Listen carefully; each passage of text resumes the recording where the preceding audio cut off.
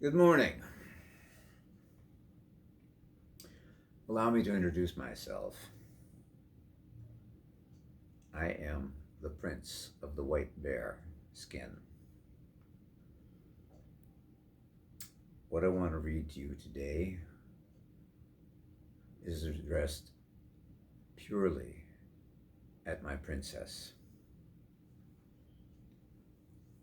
my golden haired goddess angel, and she knows who she is. I'm speaking to you today from a room that only I can enter. And I've been sent here by my princess. I can get out anytime I want, but only my princess can release me, and I can't tell her how that's done or how to find the way. But do I want her here in my most secret sanctum sanctorum? Yes. With all my heart, I want her here. With all my soul.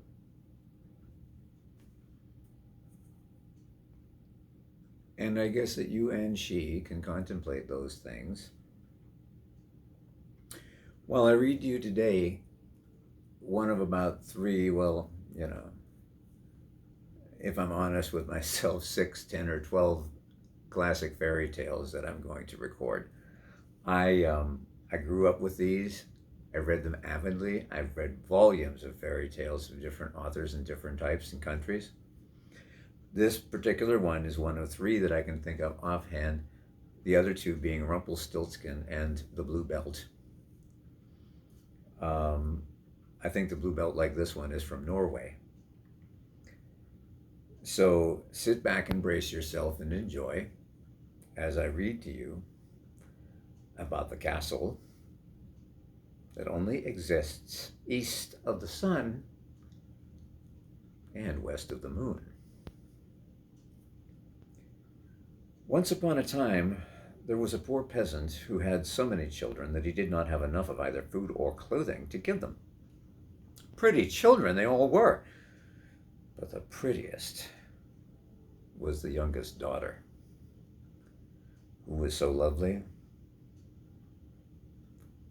there was no end to her loveliness. One day, it was on a Thursday evening, late in the fall. The weather was wild and rough outside, and it was cruelly dark. The rain was falling and the wind blowing until the walls of the cottage shook. They were all sitting around the fire, busy with this thing and that. Then, all at once, something gave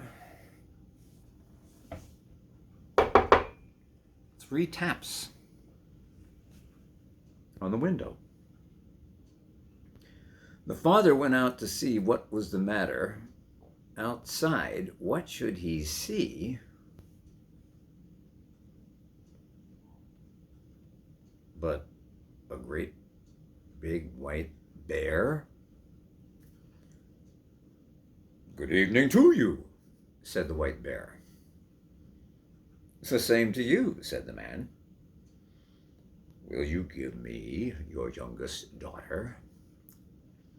If you will, I'll make you as rich as you are now poor," said the bear. Well, the man would not be at all sorry to be so rich, but still, he thought, he must have a bit of a talk with his daughter first. So he went in and told them how there was a great big white bear waiting outside, who had given his word to make them so rich if he could only have the youngest daughter? The girl said, "No!" outright. Nothing could get her to say anything else. So the man went out and settled it with the white bear, that he should come again the next Thursday evening and get an answer. Meanwhile, he talked to his daughter and kept on telling her of all the riches they would get and how well off she herself would be. At last, she agreed to it.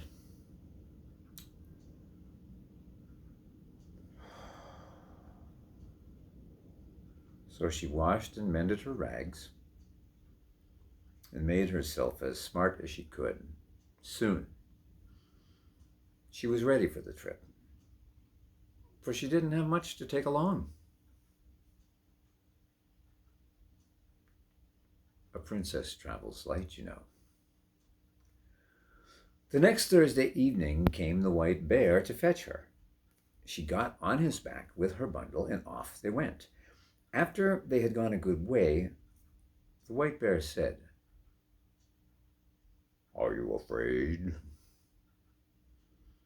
No, she wasn't. "Just hold tight to my shaggy coat, and there's nothing to be afraid of," said the bear. She rode a long, long way until they came to a large, steep cliff. The white bear knocked on it. A door opened, and they came into a castle, where there were many rooms, all lit up, rooms gleaming with silver and gold. Further, there was a table set there, and it was all as grand could be. Then the white bear gave her a silver bell.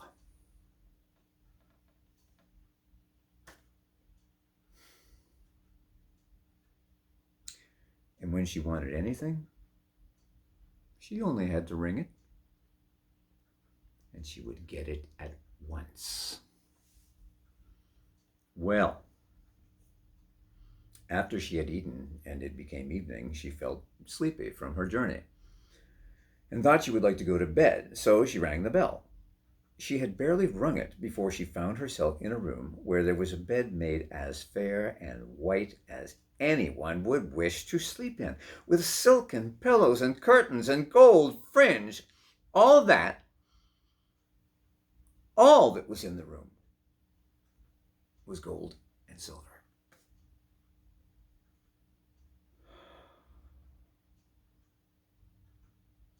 After she had gone to bed and put out the light,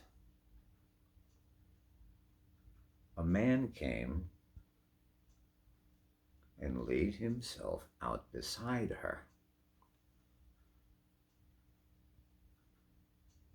It was the white bear, who cast off his pelt at night, but she never saw him, for he always came after she had just put out the light. Before the day dawned, he was up and off again. Things went on happily for a while, but at last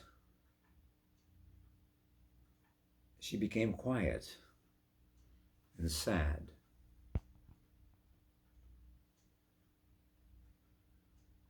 She was alone all day long, and she became very homesick to see her father and mother and brothers and sisters. So one day, when the white bear asked what was wrong with her, she said it was so lonely there and how she longed to go home to see her father and mother and brothers and sisters. And that was why she was so sad, because she just couldn't get to them.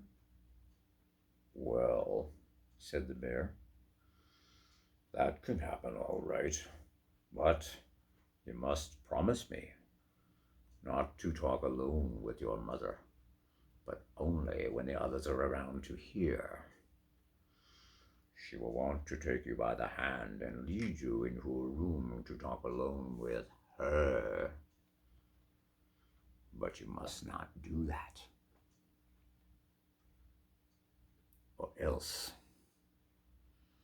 you'll bring bad luck upon the both of us." So One Sunday, the white bear came and said they could now set off to see her father and mother. Off they went. She was sitting on his back, and they went far and long. At last, they came to a grand house. Her brothers and sisters were outside running about and playing. Everything was so pretty, it was a joy to see. "This is where your father and mother live now," said the white bear. "Now don't forget what I told you, else you'll make us both unhappy." No, heaven forbid, she'd not forget. When they reached the house, the white bear turned around and left her. She went in to see her father and mother, and there was such joy that there was no end to it. None of them could thank her enough for all she had done for them. They now had everything they could wish for, as good could be. Then they wanted to know how she was.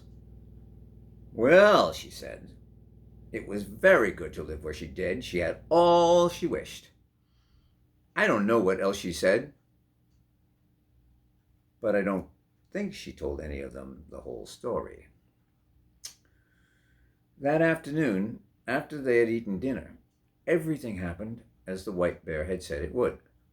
Her mother wanted to talk with her alone in her bedroom, but she remembered that the white bear had said and wouldn't go in with her.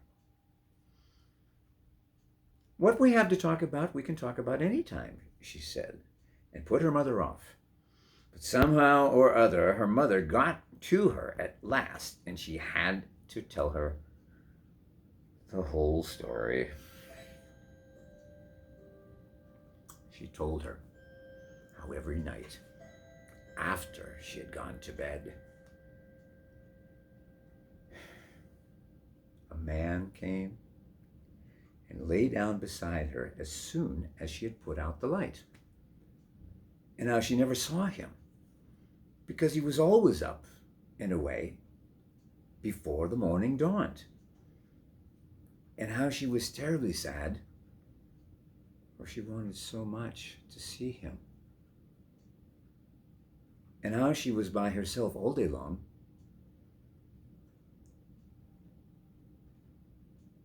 and how dreary and lonesome it was. "Oh dear," said her mother, "it may well be a troll you are sleeping with. But now I'll give you some good advice how to see him.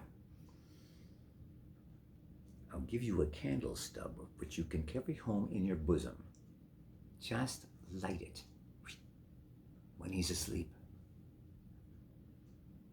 But be careful not to drop any tallow on him." Yes, she took the candle and hid it in her bosom.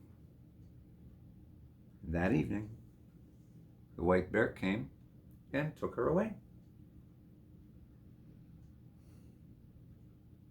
But when they had gone a piece, the white bear asked if all hadn't happened as he had said. She couldn't deny that it had.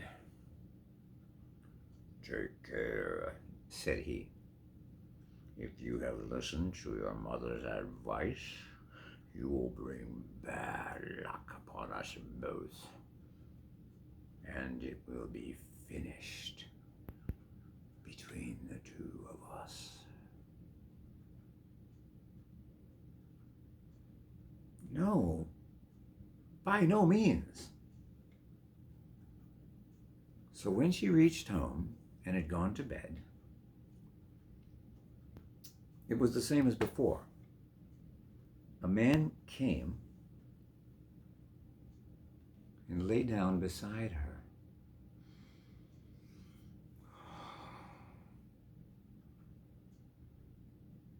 But in the middle of the night, when she heard that he was fast asleep,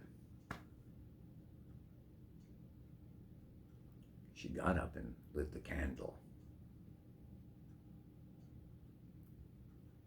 She let the light shine on him.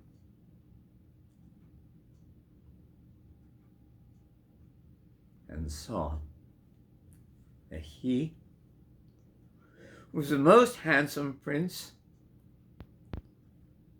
one ever set eyes upon.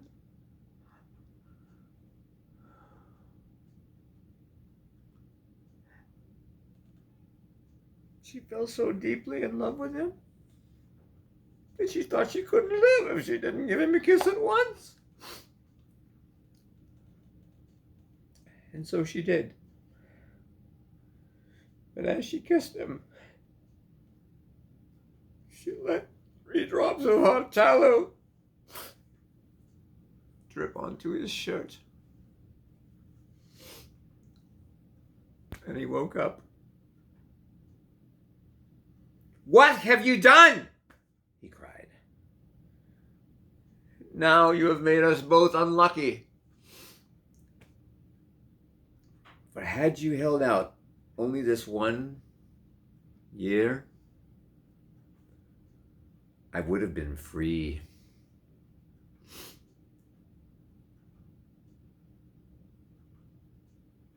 I have a stepmother who has bewitched me.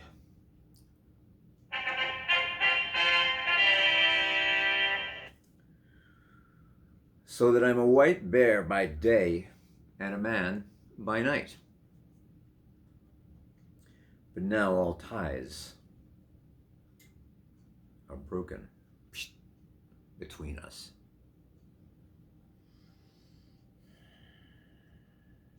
Now I must leave you for her. She lives in a castle east of the sun and west of the moon, and there too is a princess, one with a nose 3 ells long. And now I have to marry her.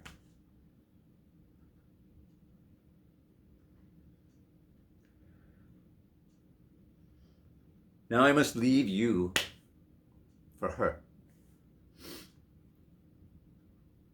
She cried and grieved, but there was no help for it. He had to go. Then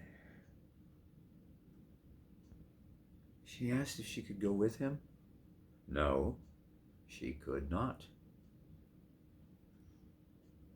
"Tell me the way then," she said, "so I can look for you. Surely I may do that." Yes, she could do that. But there was no way leading to the place. It lay east of the sun and west of the moon, and she'd never find her way there. Never! The next morning,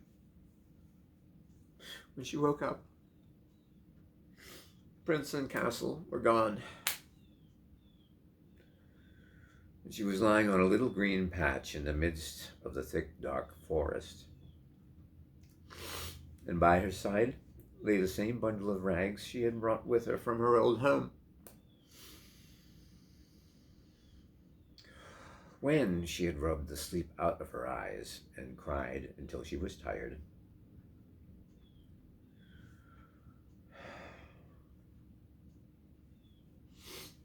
she set out on her way and walked many, many days until she came to a high cliff.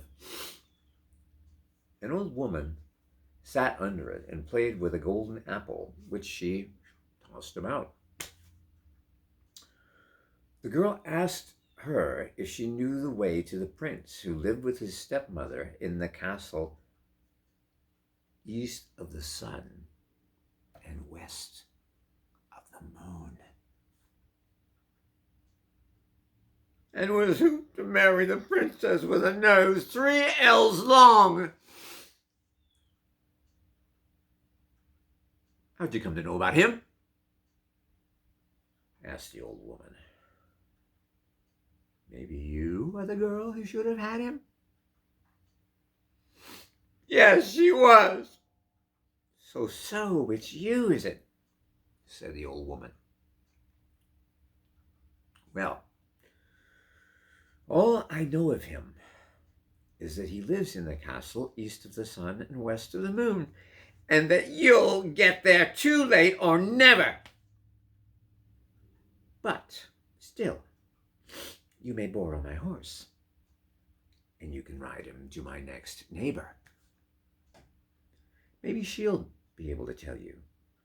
And when you get there, just give the horse the switch under his left ear. Beg him to be off home. And you can take this golden apple along with you. So, she got on the horse and rode a long, long time until she came to another cliff, under which sat another old woman with a gold carding comb. The girl asked her if she knew the way to the castle that lay east of the sun and west of the moon, and she answered, like the first old woman, that she knew nothing about it, except that it was east of the sun and west of the moon. And you will get there too late or never. But you can borrow my horse to my next neighbor. Maybe she'll tell you all about it. And when you get there, just switch the horse under the left ear and beg him to be off for home. The old woman gave her the golden carding comb. She might find some use for it, she said. So the girl got up on the horse and again rode a long, long way. At last, she came to another great cliff, under which sat another old woman spinning with a golden spinning wheel. She asked her as well if she knew the way to the prince and where the castle was that lay east of the sun and west of the moon. But it was the same old thing all over again. Perhaps you are the one who should have had the prince, said the old woman. Yes, that she was. But she didn't know the way any better than the other two. She knew it was east of the sun and west of the moon, but that was all. And you'll get there too late or never. But I'll lend you my horse, and then I think you'd best ride to the east wind and ask him. Maybe he knows his way around those parts. He can blow you there. When you get to him, just give the horse a switch under his left ear, and he'll trot on home by himself. She too gave her the golden spinning wheel. Maybe you'll find a use for it, said the old woman. She rode many, many weary days before she got to the east wind's house, but at last she did reach it. And she asked the east wind if he could tell her the way to the prince who lived east of the sun and west of the moon. Yes, the east wind had often heard tell of it, the prince and the castle, but he didn't know the way there, for he had never blown so far. But if you want, I'll go with you to my brother, the west wind. Maybe he knows, for he's much stronger. If you will just get on my back, I'll carry you there.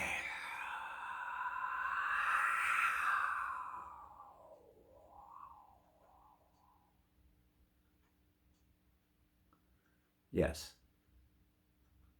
She got on his back, and off they went in a rush.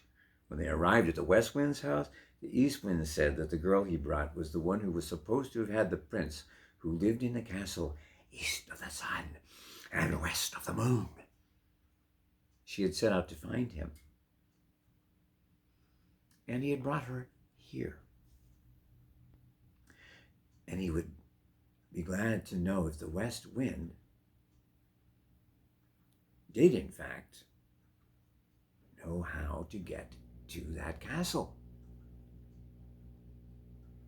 No, said the west wind. I've never blown so far.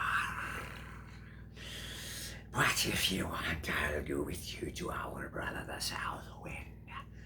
For he's much stronger than either of us. And he has flown far and wide.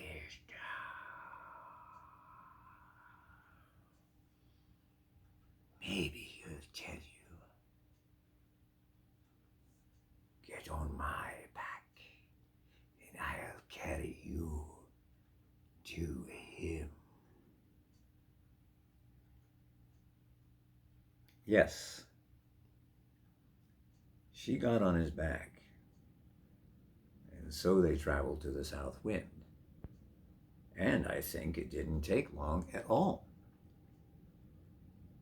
When they got there, the west wind asked him if he could tell her the way to the castle that lay east of the sun and west of the moon, for she was the one who was supposed to have had the prince who lived there. Is that so? Said the south wind. Is she the one? Well, I have visited a lot of places in my time.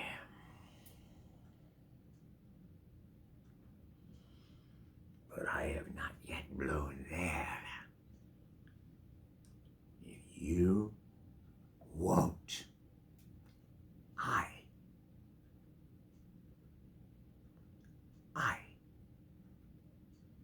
will take you to my brother, the north wind.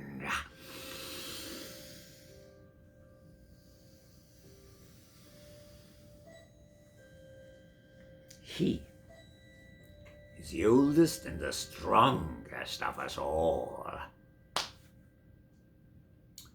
And if he doesn't know where it is, you'll never find anyone in the world to tell you. Now, get on my back, and I'll carry you there. Yes, she got on his back, and away he left his house at a good clip. They were not long underway. When they reached the North Wind's house, he was so wild and so cross that he blew cold gusts at them from a long way off. "Blast you both! What do you want?" he roared at them from afar. So it struck them with an icy shiver. "Well," said the south wind, "you needn't bluster so, for here I am, your brother, the south wind. And here is the girl who was supposed to have had the prince, who lives in the castle and lies east of the sun and west of the moon. And now she wants to ask you if you were ever there and could show her the way. But she wants so much to find him again." "Yes, I know where he is," said the north wind. "A single time I blew an aspen leaf there, but afterward I was so tired I couldn't blow a puff for many days. But if you really wish to go there, you're not afraid to come along with the likes of me.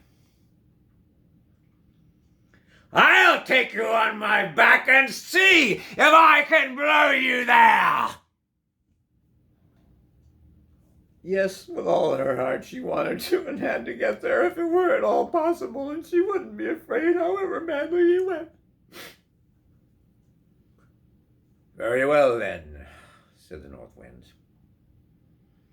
but you must sleep here tonight, for we must have the whole day before us if we're to get there at all.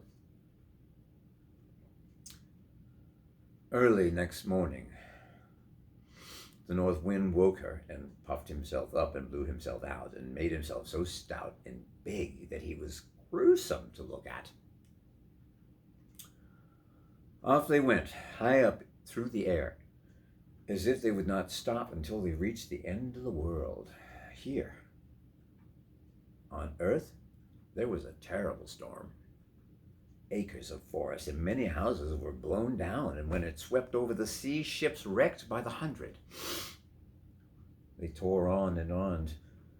No one can believe how far they went, and all the while, they still went over the sea, and the north wind got more and more weary, and so out of breath, he could barely bring out a puff. And his wings drooped and drooped until at last he sunk so low the tops of the waves splashed over his heels. "Are you afraid?" said the north wind. No, she wasn't.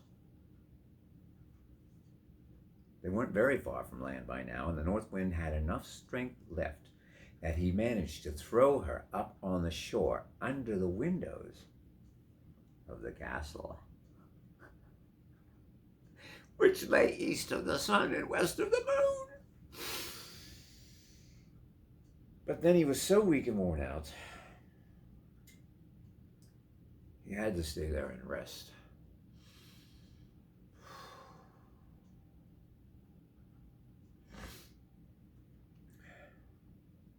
Many days before he could go home again.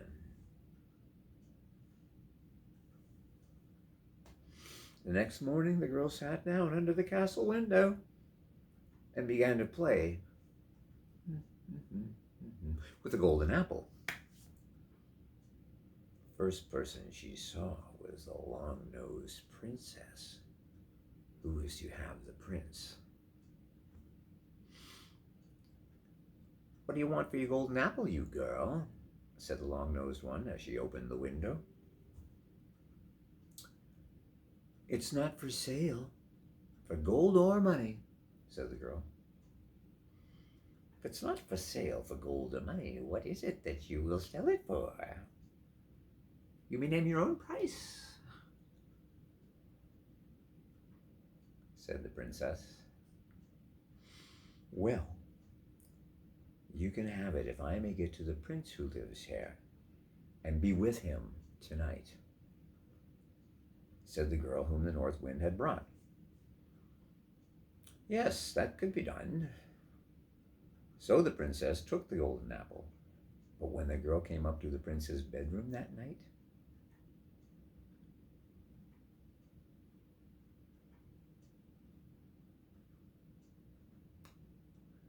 he was fast asleep. She called him, shook him, and cried and grieved. But she could not wake him up. The next morning, as soon as day broke, the princess with the long nose came and drove her out. That day, she sat down under the castle windows and began to card her hair with a golden carding comb. And the same thing happened. The princess asked what she wanted for it.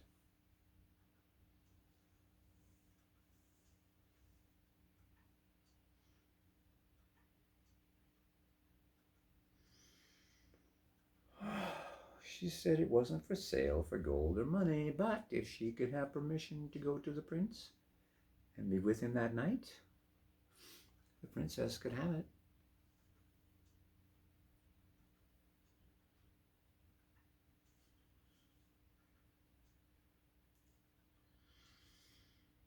But when she went to his room, she found him fast asleep again. And however much she called and shook and cried and prayed, she could not get life into him. As soon as the first gray peep of the day came, the princess with the long nose came and chased her out again. That day, the girl sat outside under the castle window and began to spin with her golden spinning wheel. And the princess with the long nose wanted to have it as well. She opened the window and asked what she wanted for it. The girl said, as she had said twice before, that it wasn't for sale for gold or money, but if she could go to the prince who was there and be alone with him that night, she might have it. Yes, she would be welcome to do that. But you must know that there were some Christians who had been taken there, and while they were sitting in their room, which was next to the prince's, they had heard how a woman had been in there, crying, praying, and calling to him for 2 nights in a row, and they told this to the prince. That evening, when the princess came with a sleeping potion, the prince pretended to drink it, threw it over his shoulder, for he could guess it was a sleeping potion. So, when the girl came in, she found the prince wide awake, and then she told him the whole story of how she'd come there. "Ah," said the prince,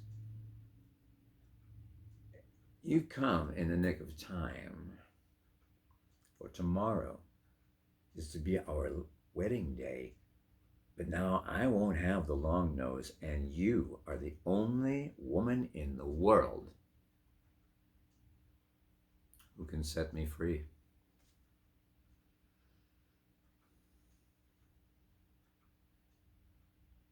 I'll say that I want to see what my wife is fit for and beg her to wash the shirt, which has the 3 spots of tallow on it. She'll agree, for she doesn't know that you are the one who put them there. Only Christians, and not such a pack of trolls, can wash them out again. I'll say that I will marry only the woman who can wash them out, and ask you to try it. So there was great joy and love between them all the night. But the next day, when the wedding was planned, the prince said, "First of all, I'd like to see what my bride is fit for." "Yes," said the stepmother, with all her heart. "Well," said the prince, "I've got a fine shirt which I'd like for my wedding shirt, but somehow or other it got 3 spots of tallow on it, which you must have washed out. I've sworn to marry only the woman who is able to do that. If she can't, then she's not worth having." Well, that was no big thing, they said. So they agreed, and the one with the long nose began to wash away as hard as she could. But the more she rubbed and scrubbed, the bigger the spots grew.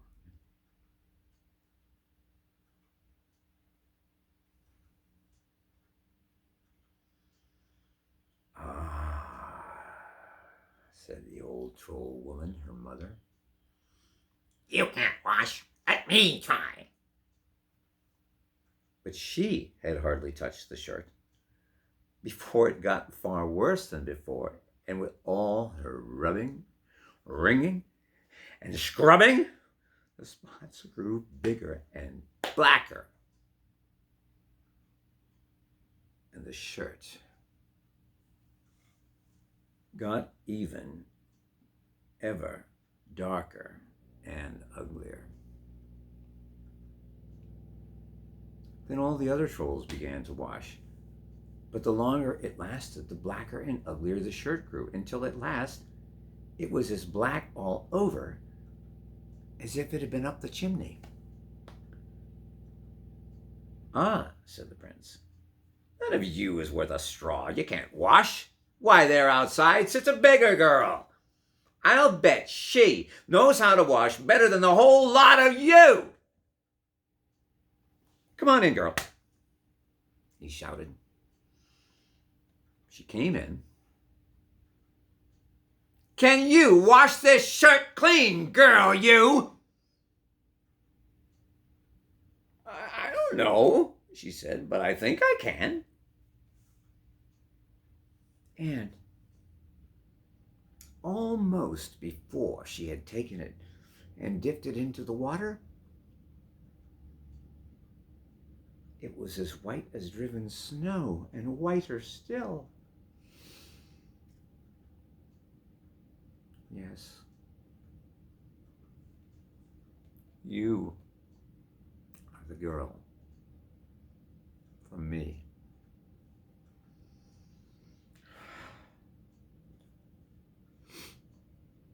Said the prince. At that, the old troll woman flew into such a rage, she exploded on the spot, and the princess with a long nose after her. At least I've never heard a word of either of them since. As for the prince and princess, they set free all the poor Christians who had been captured and shut up there. And they took with them all the silver and gold and flew away as far as they could from the castle that lay east of the sun and west of the moon.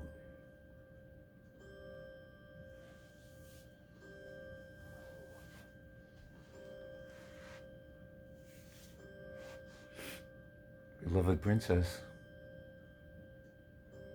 you know I want you more than anything, and you know what you have to do.